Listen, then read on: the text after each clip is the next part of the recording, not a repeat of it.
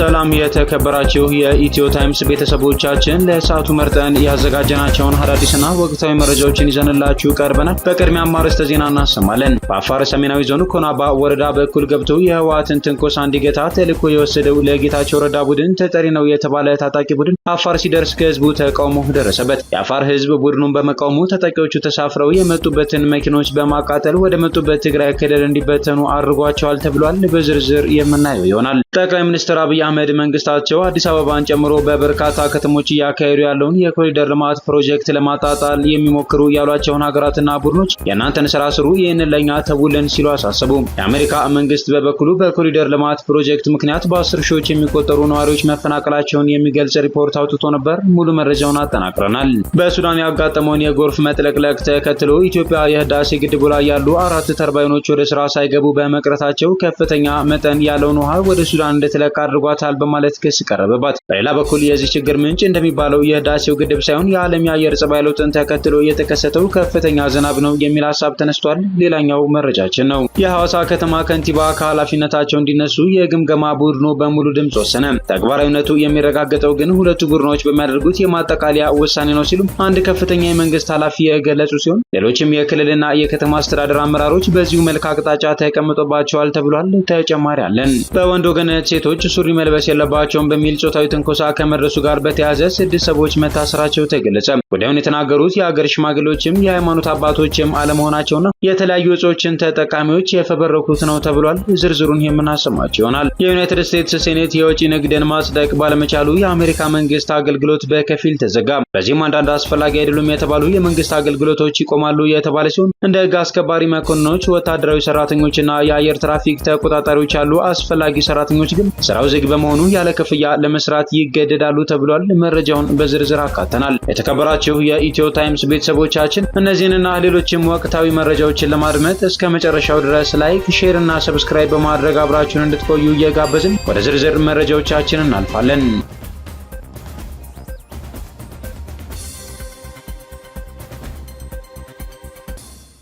በወንድ ወገነት ሴቶች ሱሪ መልበስ የለባቸውም በሚል ጾታዊ ትንኮሳ ከመድረሱ ጋር በተያያዘ 6 ሰዎች መታሰራቸው ተገለጸ። በሲዳማ ክልል ሰሜናዊ ሲዳማ ዞን በወንድ ወገነት ከተማ ሴቶች ቀሚስ እንጂ ሱሪ መልበስ የለባቸውም በሚል በሴቶች ላይ ጾታዊ ትንኮሳ መድረሱን ተከትሎ ጉዳዩ ሰፊ መነጋገሪያ ሆኗል። ይህንን የተመለከቱ ተንቀሳቃሽ ምስሎችን በማህበራዊ ሚዲያ ላይ ተጋርተዋል። በወንድ ወገነት ወረዳ የብልጽግና ፓርቲ አደረጃጀት ዘርፍ ኃላፊ የሆኑት አቶ እሸቱ ዳንኤል 6 ሰዎች በቁጥጥር ስር መዋላቸውን ገልጸዋል። ሰብአዊ መብት ስለጣሱ ክስ ይመሰረትባቸዋል ነው ያሉት። አቶ እሸቱ እንዳሉት በከተማ ውስጥ ባለው የጫት ገበያ አካባቢ ትናንትና መስከረም 20 ቀን 2018 ወጣቶች የተሳሳተ መረጃን መነሻ በማድረግ የሴቶችን ሱሪ ለማውለቅ በመሞከር ባደረሱት ጾታዊ ትንኮሳ ቀንደኛ ያሏቸው ተጠርጣሪዎች በቁጥጥር ስር ውለዋል። ትናንትና ከሰዓት 11 ሰዓት አካባቢ ሱሪ የለበሰች ሴት ካገኛቸው አውልቁ ተብለናል በሚል ሴቶች ላይ ጾታዊ ትንኮሳው ደርሷል። በማህበራዊ ሚዲያ ላይ በተዘዋወሩ ተንቀሳቃሽ ምስሎች ላይ በታዳጊ ወንዶች የተከበቡ ሴቶች ሲሳደዱና ልብሳቸው በስለታማ ነገሮች ሲቀዳደድ ይታያል። የጫት ገበያ 11 ሰዓት ስለሚደራ የጫት ገበያ ሙቀት በሚመስል መልኩ ነው የተነሳው። ሰው ግር ብሎ ነበር ብለዋል። አቶ እሸቱ በማህበራዊ ሚዲያ በስፋት የተዘዋወረውን ተንቀሳቃሽ ምስል አስመልክተው ማህበራዊ ሚዲያ ላይ የተለቀቀችውን ልጅ ማሳደድ ሲጀምሩ ህዝቡ ተከላካይ ሆነ ልጅቷን እያሳደዱ ሱሪ ለማውለቅ መሞከርና ሱሪ መቅደር ነበር ብለዋል። እስከ 6 የሚደርሱት ቀንደኛ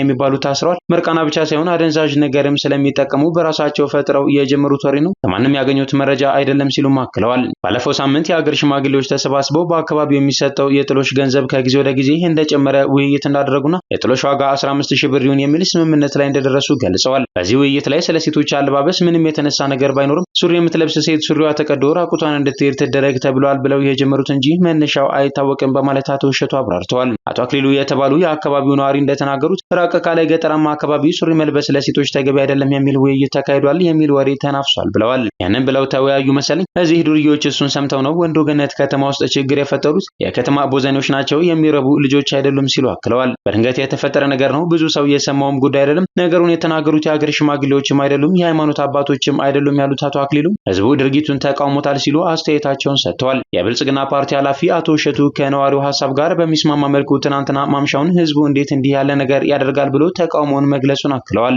በርካቶች በማህበራዊ ሚዲያዎች በስፋት የተጋራውን ተንቀሳቃሽ ምስልና ጽሑፍ ካዩ በኋላ ቁጣቸውን በተለያየ መልኩ ገልጸዋል። ድርጊቱን በአንድ ድምጽ ያወገዙት የማህበራዊ ሚዲያ ተጠቃሚዎቹ የከተማው አስተዳደር እንዲሁም ክልሉ በፍጥነት በድርጊቱ ፈጻሚዎች ላይ ህጋዊ እርምጃ በመውሰድ እንዲያሳውቁ ጠይቀዋል። አካሉ በቀለ በሚል ስም የሚጠቀሰው ግለሰብ በፌስቡክ ገጻቸው ላይ ወንዶ ገነት እየሆነ ባለው ሀዘኛለሁ ሲሉ በድርጊቱ የተሰማቸውን አስፍረዋል። አክለውም ህግ እንዲከበር ጥሪ አቅርበዋል። ወሰን ገብረ ኪዳን የተባሉ ደራሲና ጋዜጠኛ በበኩላቸው እህቶችን የሚያዋርድ ወጣት የዜጎችን ነጻነት ለመግፈፍ በዚህ ልክ መትጋቱ ያሳፍራል። ሴቶችን በአደባባይ ሲያዋርዱ የነበሩ ወጣቶች በቁጥጥር ስር ውለው በህግ መጠየቅ አለባቸው። የአጸያፊ ድርጊት ወደ ሌላ ክልል ተዛምቶ የከፋ ችግር ከመከሰቱ በፊት በይፋ ኃይል ሊባል ይገባል ሲሉ ሀሳባቸውን በፌስቡክ ለጥፋቸው ላይ አስፍረዋል። ምናሴ ዋቆ ጉደታ የሚባሉ ሌላ ግለሰብ በበኩላቸው የክልሉ መንግስት ይህንን አስነዋሪ የወንጀል ድርጊት አስቆሞ ወንጀለኞቹን በህግ ይጠይቅልን፣ የተፈጠረውንም ነገር በጥንቃቄ መርምሮ በግልጽ ያስረዳን ሲሉ ረዘም ያለ አስተያየታቸውን አጋርተዋል። የሰብአዊ መብት ተሟጋች የሆነው ኢያስፔር ተስፋዬ በበኩሉም ለኢትዮጵያ ባለ ሀገር ውስጥ ግብረገብ ሞራልና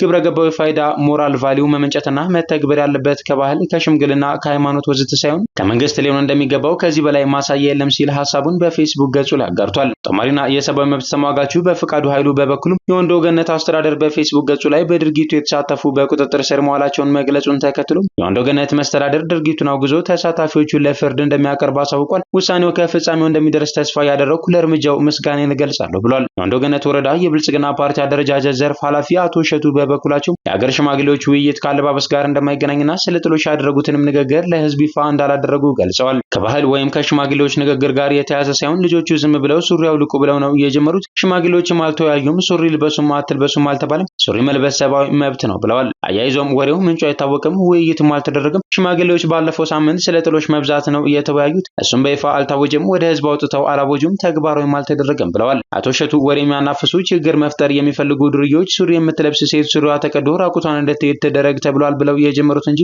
መነሻው አይታወቅም በማለት አክለዋል። ቢቢሲ ከወንዶ ገነት ከተማ ከንቲባ እንዲሁም ከሴቶች ወጣቶችና ማህበራዊ ጉዳይ ቢሮ ምላሽ ለማግኘት በተደጋጋሚ ስልክ ቢደውልም እንዳልተሳካለት ነው የገለጸው። የምንጃር ወረዳ ፖሊስ 14 ዓመት አይደለም 5 ዓመትም ሊያገለግል የማይችል በዝናብ እየበሰበሰ የቆየ የእንጨት መወጣጫ ነው ሲል ገለጸ። የአረርቲ ከተማ ከንቲባ በበኩላቸው ባለሙያዎች ላይ ነው የሚውሉት፣ የተደረመሰው እንጨቱ መሸከም ከሚችለው አቅም በላይ ስለሆነበት ብቻ ነው ብሏል። በአረርቲ ቅድስት ድንግል ማርያም ቤተክርስቲያን በእንጨት ርብራብ መደርመስ በበርካቶች ሞትና ጉዳት የደረሰው መወጣጫ እንጨቱ 14 ዓመት የቆየና የበሰበሰ በመሆኑ ነው ሲል የምንጃር ሸንኮራ ወረዳ ፖሊስ ገለጸ። የወረዳው ፖሊስ አዛዥ ኢንስፔክተር አህመድ ገበየው ትክክል አይደለም 14 ዓመት አይደለም 5 ዓመትም ሊያገለግል የማይችል በዝናብ እየበሰበሰ የቆየ የእንጨት መወጣጫ ነው ብለዋል። ማንም ሰው የትኛውን ቦታ ከአደጋው መማርና ተሞክሮ መውሰድ አለበት። ለ14 ዓመት የቆየን መሰላል መጠቀም ለእንደዚህ አይነት አደጋ ይዳርጋል ነው ያሉት። 14 ዓመታት የቆየን እንጨት ለመወጣጫነት ይጠቀማሉ የሚል ግምት አልነበረንም ያሉት ኢንስፔክተሩ በአማራ ክልል የጸጥታ ችግር እንደመኖሩ መጠን የተለያዩ ክስተቶች ተፈጥረውብን እስከ ላይ ድረስ ሁሉ ወተን ፈትሸን እናውቃለን። እንደዚህ አይነት መወጣጫዎች ያሏቸው ቦታዎች አሉ ብለዋል። እንደሚባለው የመወጣጫ እንጨቱ የቆየ መሆን ለደረሰው አደጋ መንስኤ መሆንና አለመሆኑን ሲያብራሩ የአረርቲ ከተማ ከንቲባ አቶ ተሻለ እንጨቱ ቢቆይም እየታደሰ ነው ለአገልግሎት የሚውለው ብለዋል። ከንቲባው እንጨቱ በየጊዜው እየታደሰ የተለያየ አገልግሎት የሚሰጥ ነው ሲሉ ነው የገለጹት። በየጊዜው እየተጠናከረ የሄደ ነው እንጂ የእንጨቱ መሰረቱ ከተሰራ ቆይቷል። ግን ደግሞ ዋናው መሰረታዊ ጭብጥ ባለሙያዎች ላይ ነው የሚውሉት። የተደረመሰው መሸከም ከሚችለው አቅም በላይ ስለሆነበት ብቻ ነው ብለዋል። ከንቲባው የአደጋው ኬዝ በጣም በርካታ ህዝብ ተሸክሞ ስለነበር ነው ሲሉ አክለዋል። በሌላ በኩል የሟቾችን ቁጥር በተመለከተ ኢንስፔክተር አህመድ እየጨመረ ይሄዳል ብለን እንጠብቃለን። ኮማ ውስጥ ያሉ ወደ ሆስፒታል ሊሄዱም አሉ። የመሰበር አደጋ ያጋጠማቸው ሰው በግሉ ለማሳሸት ወደ ወጌሻ እየወሰደ የሞቱ እንዳሉም ሰምተናል ብለዋል። የአረርቲ ከተማ ፖሊስ አዛዥ ባለቤቱን አጥቷል በአደጋው ሲሉም ተናግረዋል። ከዚሁ ጋር በተያያዘ ባንዲራ ዝቅ ብሎ እንዲውለበለብ ተቋማት ዝግ ሆነው እንዲውሉ መወሰኑ ተሰምቷል። መስከረም 21 ቀን በአረርቲ ከተማ አስተዳደር በአረርቲ ደብረ ገነት ቅድስት ድንግል ማርያም ቤተክርስቲያን በደረሰው አደጋ ምክንያት በአረርቲ ከተማ አስተዳደርና በምንጃር ሸንኮራ ወረዳ የሀዘን ቀን ታውጇል። በአረርቲ ከተማ አስተዳደር ምክር ቤትና የምንጃር ሸንኮራ ወረዳ አስተዳደር ምክር ቤት ለአንድ ቀን ባንዲራ ዝቅ ብሎ እንዲውለበለብና ተቋማት ዝግ ሆነው እንዲውሉ ተወስኗል። ሕክምና ላይ የሚገኙ ሬጅ የሌላቸው ታካሚዎችን ሁሉም ሰው በማገዝ ትብብር እንዲያደርግም ጥሪ ቀርቧል። ጠቅላይ ሚኒስትር ዶክተር አብይ አህመድ የኮሪደር ልማትን ሊያጣጥሉ የሚሞክሩ ሀገራትን ስራችንን ለኛ እይተውልን ሲሉ አሳሰቡ። ጠቅላይ ሚኒስትር አብይ አህመድ መንግስታቸው አዲስ አበባን ጨምሮ በበርካታ ከተሞች እያካሄዱ ያለው የኮሪደር ልማት ፕሮጀክትን ለማጣጣር የሚሞክሩ ያሏቸውን ሀገራትና ቡድኖች ተቹ። አብይ የእናንተን ስራ ስሩ፣ ይህን ለኛ ተውልን ሲሉም አሳስበዋል። አብይ ዛሬ ሐሙስ መስከረም 22 ቀን 2018 ከሶማሌ ክልል መዲና ጅጅጋ ከተማ በቪዲዮ ባስተላለፉት መልእክት ላይ የኮሪደር ልማትን ለማጣጣል የሚሞክሩ ያሏቸውን ሀገራትና ቡድኖች ማንነት አልጠቀሱም። ጠቅላይ ሚኒስትር አብይ ይህንን የተናገሩት የአሜሪካ መንግስት በኮሪደር ልማት ፕሮጀክት ምክንያት በ10 ሺዎች የሚቆጠሩ ነዋሪዎች መፈናቀላቸውን የሚገልጽ ሪፖርት ካወጣ ከቀናት በኋላ ነው። የኢትዮጵያን ኢንቨስትመንት አመቺነት ሁኔታ የሚዳስሰውና በአሜሪካ የውጭ ጉዳይ መስሪያ ቤት የተዘጋጀው ሪፖርት የኮሪደር ልማት ከንብረት መብቶች ጥበቃ አንጻር ስጋት መደቀኑን አመልክቷል። አዲስ አበባን ጨምሮ ቢያንስ በ40 ከተሞች እየተካሄደ ባለው በዚህ ፕሮጀክት ምክንያት በውጭ ዜጎች ባለቤትነት የተያዙ ቤቶችና ንግዶች ጠመንጃ ተደቅኖ ጭምር እንዲፈናቀሉ መደረጉን ይገልጻል። ከይዞታቸው ያልተነሱ የንግድ ስፍራዎች ደግሞ ፊት ለፊት ባሉ መንገዶችን መፍረስ የተነሳ ስራቸው የማይቻል ደረጃ ላይ እንደደረሰና ከስራ እንዲወጡ እንደተገደዱ ያስረዳል። በኮሪደር ልማት ፕሮጀክት ምክንያት የታየው ይህ የማባረር አካሄድ የባለሀብቶችን በኢትዮጵያ ኢንቨስት የማድረግ ፍላጎት እንደገደበ በአሜሪካ መንግስት የተዘጋጀው ሪፖርት አስፍሯል። ይህ ሪፖርት ከወጣ ከቀናት በኋላ ወደ ሶማሌ ክልል የተጓዙት ጠቅላይ ሚኒስትር አብይ በክልሉ መዲና ጅጅጋ የተከናወነውን የኮሪደር ልማት ፕሮጀክትና የአዳዲስ ቤቶች ግንባታ መጎብኘታቸውን አስታውቀዋል። በከተማዋ 60 ኪሎ ሜትር መንገድ እንዲሁም 10 ኪሎ ሜትር የሚጠጉ የእግረኛና የብስክሌት መንገዶች መገንባታቸውን ተናግረዋል። በብዙ ሺዎች የሚቆጠሩ አዳዲስ ቤቶች መገንባታቸውንም አክለዋል። አብይ የኮሪደር ልማት ያልነው ስራ በመፍጠር የጭስ አልባውን ኢንዱስትሪ በማነቃቃት የሰዎችን የአኗኗር ዘይቤ በማሻሻል እየተጫወተ ያለው ሚና በጣም ከፍተኛ ነው ብለዋል። መንግስታቸው እያከናወነ ያለው ከተማ የማስዋብ ስራ በሚቀጥሉት ቢበዛ 15-20 ዓመታት የአብዛኛው ማህበረሰብ የመኖሪያ ስፍራ ከተማ እንዲሆን እንደሚያደርግ አስገንዝበዋል። መንግስታቸው በከተሞች እያከናወነ ባለው ተግባር በአፍሪካ ምልክትና ምሳሌ ተደርጎ መወሰዱንም ተናግረዋል። ብዙዎች የኮሪደር ልማትን እንደሚጎበኙና ለመማር ጥያቄ እንደሚያቀርቡ አክለዋል። ይሁን እንጂ በተለይ ራቅ ያሉ አካባቢዎች የሚገኙ አንዳንድ አካላት የኮሪደር ልማትን ድንቅ ስራ እንደማይቀበሉ አስረድተዋል። አብይ ይህንን ስራችንን አይተው ሊያጣጥሉ የሚሞክሩ ሀገራትና አንዳንድ ቡድኖች ደግሞ የእናንተን ስራ ስሩ፣ ይህንን ለኛ ተውልን፣ የሀገር ባለቤት አለው፣ ስራችንን ለኛ ተውልን ነው መልእክቴ ሲሉ በስም ላልጠቀሷቸው አካላት መልእክት አስተላልፈዋል። እንደ ጠቅላይ ሚኒስትሩ አገላለጽ ሀገራት፣ ግለሰቦችና ቡድኖች የኮሪደር ልማትን በደስታ የማያዩት ለአፍሪካ፣ ለኢትዮጵያ ያ የጭቀየው ያላማረው ነገር በቂ ነው ብለው ስለሚያስቡ ነው። አንደኛ እነሱም ላይ ጥያቄ እየመጣባቸው ነው። እንኳን እናንተ አፍሪካ እንዲህ እያደረገ ነውና ለምን አትሰሩም የሚል ጥያቄ አለ። በሌላ መንገድ ደግሞ ለኛ በቂ ነው ብሎ የማሰብ ችግር አለ ሲሉ ተደምጠዋል። ለእንደዚህ አይነቱ ሀሳብ ጆሮ መስጠት እንደማያስፈልግም አክለዋል። ለኛ የሚበጀንን፣ የሚያስፈልገንን፣ የሚጠቅመንን እኛንን የምናውቀው ያሉት አብይ ከኛ በላይ የእኛን ልማት የሚያስብ ኃይል አለ ብሎ መጠበቅ የዋህነት ነው በማለት ተናግረዋል። መንግስታቸው በስንዴ ልማት ባከናወነው ተግባር ዓለም አቀፍ ሽልማት ማግኘቱን ያስታወሱት ጠቅላይ ሚኒስትር አብይ ሰሞኑን በደረሰኝ ዜና በአረንጓዴ አሻራ እንደዚሁ ከዓለም አቀፍ የተባበሩት መንግስታት ተቋም ኢትዮጵያ ሽልማት አግኝታለች ብለዋል። አንድ ከፍተኛ የመንግስት የሥራ ኃላፊ የሐዋሳ ከተማ ከንቲባ ከኃላፊነታቸው እንዲነሱ የግምገማ ቡድኑ በሙሉ ድምጽ ወስኗል። ተግባራዊነቱ የሚረጋገጠው ግን ሁለቱ ቡድኖች በሚያደርጉት የማጠቃለያ ውሳኔ ነው ሲሉ ገለጹ። ሌሎችም የክልልና የከተማ አስተዳደር አመራሮች በዚሁ መልክ አቅጣጫ ተቀምጦላቸዋል ተብሏል። በሲዳማ ክልል የልማትና የመልካም አስተዳደር አፈጻጸሞችን መሰረት አድርጎ እየተካሄደ ነው በተባለው ክልላዊ የአመራሮች ግምገማ የሐዋሳ ከተማ ከንቲባ አቶ መኩሪያ መርሻዬ ከኃላፊነታቸው እንዲነሱ በግምገማ ውሳኔ መተላለፉን አንድ ማንነታቸው እንዲገለጽ ያልፈለጉ ከፍተኛ የመንግስት የሥራ ኃላፊ ገልጸውልኛል ሲል ቲክቫህ ኢትዮጵያ ዘግቧል። ግምገማው ላለፉት 2 ቀናት በዝግ እየተካሄደ ያለ ሲሆን የክልልና የሐዋሳ ከተማ አመራሮች በሁለት ቡድን እየተገመገሙ ስለመሆኑ ተነግሯል። የሐዋሳ ከተማ ከንቲባ በተገመገሙበት ቡድን ባሳዩት ደካማ አመራር በከተማው ባለው ህገወጥ የመንግስት መሬት መቀራመትና ሌሎችም ምክንያቶች ኃላፊነታቸው እንዲነሱ ግምገማው አቅጣጫ ማስቀመጡን እኚሁ ምንጭ ገልጸዋል። ከከንቲባው በተጨማሪ ሌሎችም የሲዳማ ክልልና ሐዋሳ ከተማ አስተዳደር አመራሮች ከላይ በተዘረዘሩትና ሌሎች ምክንያቶች በቡድን ግምገማው ከኃላፊነታቸው እንዲነሱ ውሳኔው መተላለፉ ተገልጿል። የውሳኔው ተግባራዊነት የሚጸናውና የሚረጋገጠው ግን ሁለቱ ቡድኖች በጋራ በሚያስተላልፉት ማጠቃለያ መድረክ ላይ መሆኑን አንስተዋል። የመረጃ እስከተጠናቀረበት ሰዓት ድረስ የብልጽግና ፓርቲም ሆነ የክልሉ መንግስት ኮሚኒኬሽን በጉዳዩ ላይ ምንም መረጃ አላወጡም። የግምገማ መድረኩ ለሚዲያዎች ዝግ ሲሆን የሲዳማ ክልል ብልጽግና ፓርቲ ቅርንጫፍ ጽሕፈት ቤት በይፋዊ የፌስቡክ ገጹ ስለ ግምገማው ሂደት ባወጣው መረጃ መድረኩ የልዩነት አመለካከትና የተግባራት መንጠባጠብ ችግሮች ማጥራትን መሰረት ያደረገ ክልላዊ ግምገማ የሚካሄድበት እንደሆነ አትቷል። በተለይም በሐዋሳ ከተማ አስተዳደር የመንግስት ቤቶች አስተዳደር አሰላለፍ ስርዓትና ከመንግስት የመሬት አያያዝና አመራር ስርዓት ጋር የተፈጠሩ ችግሮችን መገምገምና በማጥራት በክልሉ በአንዳንድ የመንግስት መስሪያ ቤቶች ውስጥ ያሉ የውጤታማነትና የአገልግሎት አሰጣጥ ችግሮች ላይ የእርምት እርምጃ ወስዶ ለማረም ችግር ውስጥ ገብተው በተገኙ የአመራር አካላት ላይ ፖለቲካዊና ህጋዊ የእርምት እርምጃ ለመውሰድ ታስቦ የተዘጋጀ የግምገማ መድረክ ስለመሆኑም መረጃው አመላክቷል። የጌታቸው ረዳ ቡድን በአፋር ክልል ድንበር ከፍተኛ ተቃውሞ ገጠመው። በአፋር ሰሜናዊ ዞን ኮናባ ወረዳ በኩል ገብቶ የህወሓትን ትንኮሳ እንዲገታ ተልዕኮ የወሰደው ለጌታቸው ረዳ ቡድን ተጠሪ ነው የተባለ ታጣቂ ቡድን አፋር ሲደርስ ከህዝቡ ተቃውሞ ደርሶታል ተባለ። የአፋር ህዝብ ቡድኑን በመቃወሙ ታጣቂዎቹ ሰፍረው የመጡትን መኪኖች በማቃጠል ወደ መጡበት ትግራይ ክልል እንዲበተኑ አድርጓቸዋል ተብሏል። በተቃውሞ ወቅት የቡድኑ አባላት ላይ የደረሰ አካላዊ ጉዳትን በተመለከተም የተሰማ መረጃ ባይኖርም የቡድኑ ዓላማ መክሸፉ እየተነገረ ይገኛል። የአፋር ህዝብ በፌዴራል መንግስት እንደሚደገፍ እንደሚደገፍ የተነገረውን ጌታቸው ረዳ ተጠሪ ነው የተባለ ታጣቂ ቡድኑን ለመቃወም ዋና መንስኤው የባለፈው ጦርነት በአፋር ህዝብ ላይ ያደረሰው የሰው ህይወትና የንብረት ውድመት ኪሳራ ከፍተኛ በመሆኑና በፌዴራል መንግስት ለአፋር ህዝብ በቂ ካሳ ባለመሰጠቱ እንደሆነ ይነገራል። የበንዲ እንዳለ የአፋር ህዝብ በአወል አርባ አመራር ብልሹ አሰራርና በሙስና እንዲሁም በልማት እጦት ከፍተኛ ቅሬታውን ያሰማ የሚገኝ ሲሆን በክልሉ ከፍተኛ የመንግስት የስራ ኃላፊዎች ጭምር ኮብልለው ለትጥቁ ትግል ወደ ኤርትራ በረሃ መግባታቸው ይታወሳል።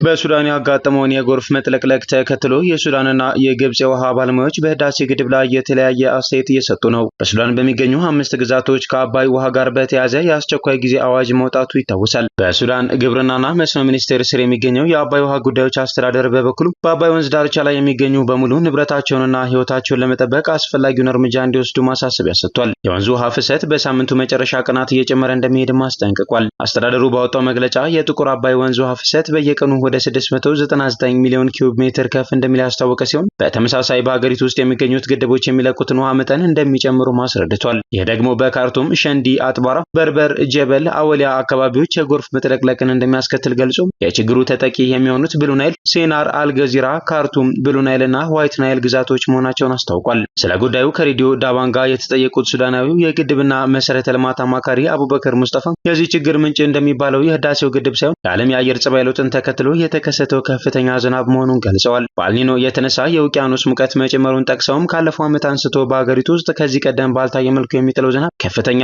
መሆኑን አስረድተዋል። ዘንድሮ በአንዳንድ አካባቢዎች ላይ በቀን ከ150 ሚሜ በላይ የሆነ ዝናብ እየጣለ መሆኑን የጠቀሱት ባለሙያው ይህም በከተሞች ውስጥ የጎርፍ መጥለቅለቅን ማስከተሉን አስታውቀዋል። ጨምረውም አጥባራ ወንዝ ካለፉት ወራት ጀምሮ ከ550 ሚሊዮን ኪዩብ ሜትር በላይ ውሃ መያዙን ጠቅሰው ይህም ከዚህ ቀደም ከነበሩት ዓመታት እጥፍ መሆኑን አስረድተዋል። ኢንጂነር አቡበከር መግለጫቸውን በመቀጠል የህዳሴው ግድብ ከነሐሴ ወር አንስቶ ተዘግቷል፣ መጠነኛ ውሃ እያሳለፈ ያለው በተርባይኖቹ በኩል ነው ካሉ በኋላ ይህም ሱዳንን ከከፋ ጥፋት እንደታደጋ ገልጸዋል። ጨምረውም የህዳሴው ግድብ ቢከፈትና ወደ አጥባራ ወንዝ ውስጥ ቢቀላቀል ኖሮ የወንዙ ውሃ መጠን ከ1 ቢሊዮን ኪዩብ ሜትር ይበልጥ እንደነበር አስታውቀዋል። በሌላ በኩል የካይሮ ዩኒቨርሲቲ የጂኦሎጂና ውሃ ሀብት ፕሮፌሰር የሆኑት አባስ ሻራኪ የሚሉት ተቃራኒውን ነው። እኚህ ፕሮፌሰር ለአሶሺየትድ ፕሬስ በሰጡት መግለጫ በሱዳን ለተፈጠረው ጎርፍ መነሻው ተፈጥሯዊ ክስተት ሳይሆን ሰው ሰራሽ ስህተት ነው ብለዋል። ሲያብራሩም በግብርና ወቅት ሱዳን ከህዳሴው ግድብ ከሚፈሰው ውሃ ተጠቃሚ ብትሆንም አሁን ባለው ሁኔታ ግን ከጥቅም ይልቅ ጉዳት እያስከተለባት ነው ያሉ ሲሆን ኢትዮጵያ ከሰኔ እስከ ነሐሴ ባለው ጊዜ ውስጥ ያከማቸችው ውሃ በግድቡ ላይ ተጨማሪ ሸክም እንደፈጠረባት አስረድተዋል። ሲቀጥሉም በውሃ ማጠራቀሚያ ውስጥ ያለውን ውሃ ለመቀነስ ይረዳሉ የተባሉት 4ቱ ተርባይኖች ወደ ስራ ሳይገቡ በመቅረታቸው ኢትዮጵያ በዚህ ሳምንት ከፍተኛ መጠን ያለውን ውሃ ወደ ሱዳን እንድትለቅ አድርጓታል በማለት ተናግረዋል።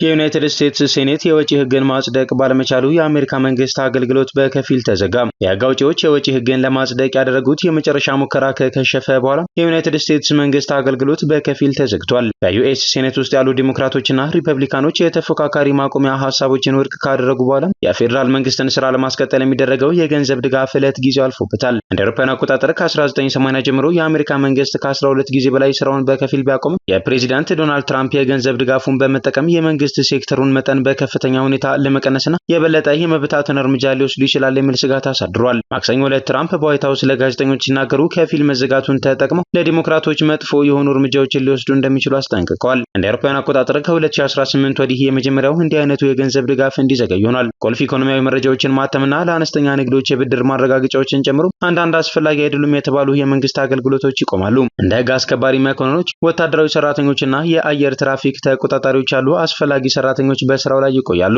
ነገር ግን ስራው ዝግ በመሆኑ ያለ ክፍያ ለመስራት ይገደዳሉ መባሉ ተሰምቷል።